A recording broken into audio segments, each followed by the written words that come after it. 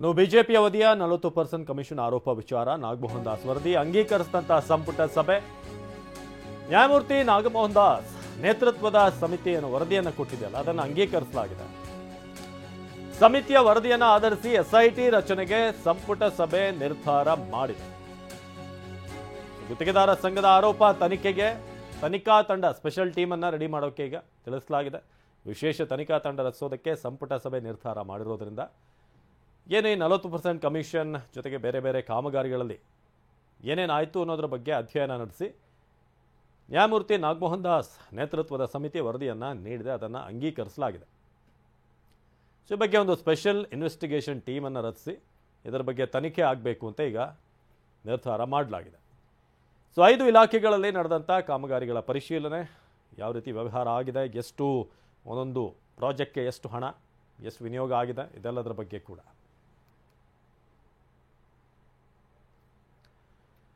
ಇನ್ನು ಗುತ್ತಿಗೆದಾರರ ಸಂಘದ ಆರೋಪಗಳ ಬಗ್ಗೆ ರಾಜ್ಯ ಸರ್ಕಾರ ಎನ್ ನಾಗಮೋಹನ್ ದಾಸ್ ನೇತೃತ್ವದಲ್ಲಿ ವಿಚಾರಣಾ ಆಯೋಗ ಮಾಡಿತ್ತು. ಈಗಾಗಲೇ ವಿಚಾರಣಾ ವರದಿಯನ್ನು ಸಲ್ಲಿಸಲಾಗಿದೆ. ಇದೀಗ ವರದಿಯನ್ನು ಸಂಪುಟದಲ್ಲಿ ಮಂಡಿಸಲಾಯಿತು. 3 ಲಕ್ಷ ಕಾಮಗಾರಿಗಳಲ್ಲಿ 1729 ಕಾಮಗಾರಿಗಳ ಬಗ್ಗೆ ವಿವರವಾದ ಆಪಾದನೆಗಳಿವೆ ಅಂತ ಎಚ್.ಕೆ. ಪಾಟೀಲ್ ಈ ಬಗ್ಗೆ ಮಾತನಾಡಿದರು. ಬನ್ನಿ ನೋಡೋಣ. ಲಂಚ ವ್ಯವಹಾರ ನಡೆದಿದೆ ಅನ್ನೋದು ನಾಗಮೋಹನ್ ದಾಸ್ ಸಮಿತಿ ವರದಿಯೊಳಗೆ ಅವರು ಪ್ರಸ್ತಾಪ ಮಾಡಿದ್ದಾರೆ. ಈ ಗಂಭೀರವಾಗಿರ್ತಕ್ಕಂಥ ವರದಿಯ ಹಿನ್ನೆಲೆಯೊಳಗೆ ರಾಜ್ಯ ಸಚಿವ ಸಂಪುಟ ಇವತ್ತು ಈ ಒಂದು ವಿಚಾರಣಾ ಆಯೋಗದ ವರದಿ ಮೇಲೆ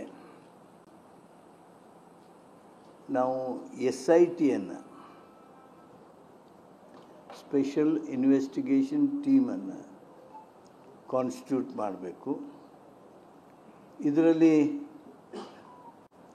ಎಕ್ಸ್ಪರ್ಟ್ಸ್ನ, ಟೆಕ್ನಿಕಲ್ ಎಕ್ಸ್ಪರ್ಟ್ಸ್ನ ಹಾಗೂ ಅಗತ್ಯವಿರುವ ಪರಿಣಿತರನ್ನು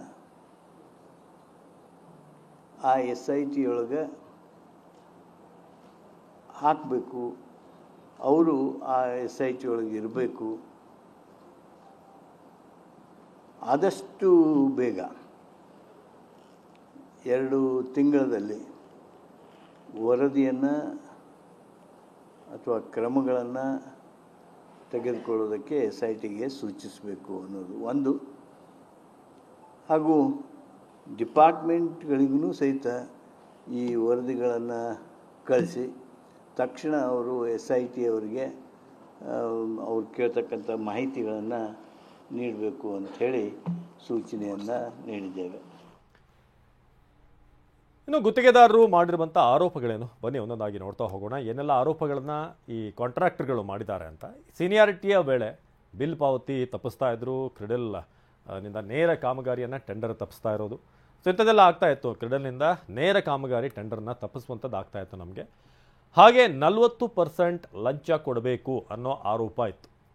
2019ರಿಂದ 23ರ ಅವಧಿಯಲ್ಲಿ ಲೋಕೋಪಯೋಗಿ ಇಲಾಖೆ ಹಾಗೆ ಸಣ್ಣ ಮತ್ತು ಬೃಹತ್ ನೀರಾವರಿ ಇಲಾಖೆ ಈ ಅವಧಿಯಲ್ಲಿ 2019ರಿಂದ 23ರವರೆಗೆ ನಗರಾಭಿವೃದ್ಧಿ ಹಾಗೂ ಗ್ರಾಮೀಣಾಭಿವೃದ್ಧಿ ಇಲಾಖೆ ಬೃಹತ್ ಕಾಮಗಾರಿಗಳಲ್ಲಿ 40% ಹೆಚ್ಚಿನ ಕಮಿಷನ್ ಚಾಲ್ತಿಯಲ್ಲಿತ್ತು ಅಂತ. ಸೊ ಪ್ಯಾಕೇಜ್ ಪದ್ಧತಿ ಕೈಬಿಡೋದು, SR ದರಪಟ್ಟಿ ನಿಗದಿ ಹಾಗೆ ಸ್ಟಾರ್ ರೇಟ್ ಪದ್ಧತಿ ಜಾರಿ, ಪಾರದರ್ಶಕತೆ ಕಾಪಾಡಿಕೊಳ್ಳುವಿಕೆ. ಸೊ ಕ್ರೆಡಲ್ನಿಂದ ಗುತ್ತಿಗೆದಾರರಿಗೆ ನೇರವಾಗಿ ಕಾಮಗಾರಿಗಳನ್ನು ನೀಡೋದನ್ನು ತಪ್ಪಿಸುವಂಥದ್ದು ಆಗ್ತಾ ಇತ್ತು. ಒಂದು ವೇಳೆ ನೇರವಾಗಿ ಸಿಗಬೇಕು ಅಂತಂದರೆ ಕಮಿಷನ್ ಕೊಡಬೇಕಾಗಿತ್ತು ಅಂತ ಒಂದಷ್ಟು ಗಂಭೀರವಾದಂಥ ಆರೋಪಗಳನ್ನು ಇವರು ಈ ಗುತ್ತಿಗೆದಾರರು ಮಾಡಿದ್ರು ಅನ್ನೋದಿತ್ತು. ಸೊ ಹಾಗಾದರೆ ನಾಗಮೋಹನ್ ದಾಸ್ ವರದಿಯಲ್ಲಿ ಏನಿದೆ, ಬನ್ನಿ ಅದನ್ನು ನೋಡೋಣ. ನಾಗಮೋಹನ್ ದಾಸ್ ವರದಿ ಏನು ಹೇಳುತ್ತೆ ಅಂತ. ಸೊ 5 ಇಲಾಖೆಗಳಲ್ಲಿ ನಡೆದಂಥ ಎಲ್ಲ ಕಾಮಗಾರಿಗಳ ಬಗ್ಗೆ ಮಾಹಿತಿ ಕಲೆ 2019-23ರವರೆಗೆ ನಡೆದಂಥ ಕಾಮಗಾರಿಗಳ ಬಗ್ಗೆ ತನಿಖೆ ಮಾಡಲಾಗಿದೆ. ಈ ಸಾರ್ವಜನಿಕರ ಕಂಪ್ಲೇಂಟ್ ಏನಿತ್ತು ಈ ಅವಧಿಯಲ್ಲಿ 2019ರಿಂದ 23ರವರೆಗೆ, ಆ ಎಲ್ಲ ಕಂಪ್ಲೇಂಟ್ಗಳು ಜೊತೆಗೆ ತಜ್ಞರ ಅಭಿಪ್ರಾಯ, ಎಕ್ಸ್ಪರ್ಟ್ಗಳ ಅಭಿಪ್ರಾಯವನ್ನು ಕೂಡ ಸಂಗ್ರಹ ಮಾಡಲಾಗಿದೆ. ಎಲ್ಲ ಜಿಲ್ಲೆಗಳಲ್ಲಿ ಕಾಮಗಾರಿಗಳ ಬಗ್ಗೆ ಮಾಹಿತಿಯನ್ನು ಪಡೆಯಲಾಗಿದೆ. ಸೊ ಕಾಮಗಾರಿಗಳ ಸ್ಥಳ, ಎಲ್ಲಾಗಿರೋದು ಕಾಮಗಾರಿ ಪ್ರಾಜೆಕ್ಟ್ಗಳು, ಹಾಗೆ ಲೆಕ್ಕಪತ್ರಗಳ ಪರಿಶೀಲನೆ ಕೂಡ ಮಾಡಲಾಗಿದೆ.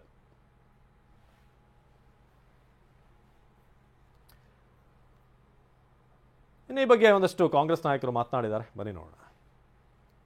ನೋಡಿ, ಅದೆಲ್ಲ ಮತ್ತೆ ಸಾಬೀತು ಮಾಡಬೇಕು, ಪ್ರೂವ್ ಮಾಡಬೇಕು, ಅದು ನಮ್ಮ ಕೈಯಲ್ಲಿಲ್ಲ. ಮಾಡೋರ ಕಡೆ ಅದು ಮಾಡಬೇಕು, ನಾವು ಅಥಾರಿಟಿ ಅಲ್ಲ.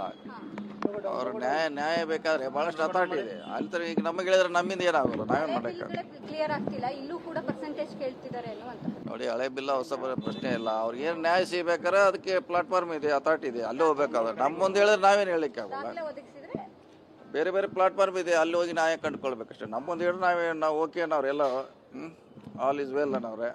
ನೋಡಿ, ಅದ್ರ ಬಗ್ಗೆನೂ ಈಗಾಗಲೇ ಬೆಳಿಗ್ಗೆ ಚರ್ಚೆ ಮಾಡಿದೀನಿ. ಅಂತದ್ ಏನಾದ್ರು ಇದ್ರೆ ಕೊಡ್ಲಿ, ಎಲ್ಲಾ ಮಂತ್ರಿಗಳು ಕೂಡ ಹೇಳಿದ್ದಾರೆ. ಅಂತದೇನಾದ್ರೂ ಇದ್ರೆ ನಾವೇ ರಾಜೀನಾಮೆ ಕೊಡ್ತೀನಿ ಅಂದ್ಬಿಟ್ಟು ಬೋಸರಾಜು ಅವರು ಕೂಡ ಹೇಳಿದ್ದಾರೆ, ಮತ್ತೆ ಬೇರೆ ಮಂತ್ರಿಗಳು ಕೂಡ ಹೇಳಿದ್ದಾರೆ.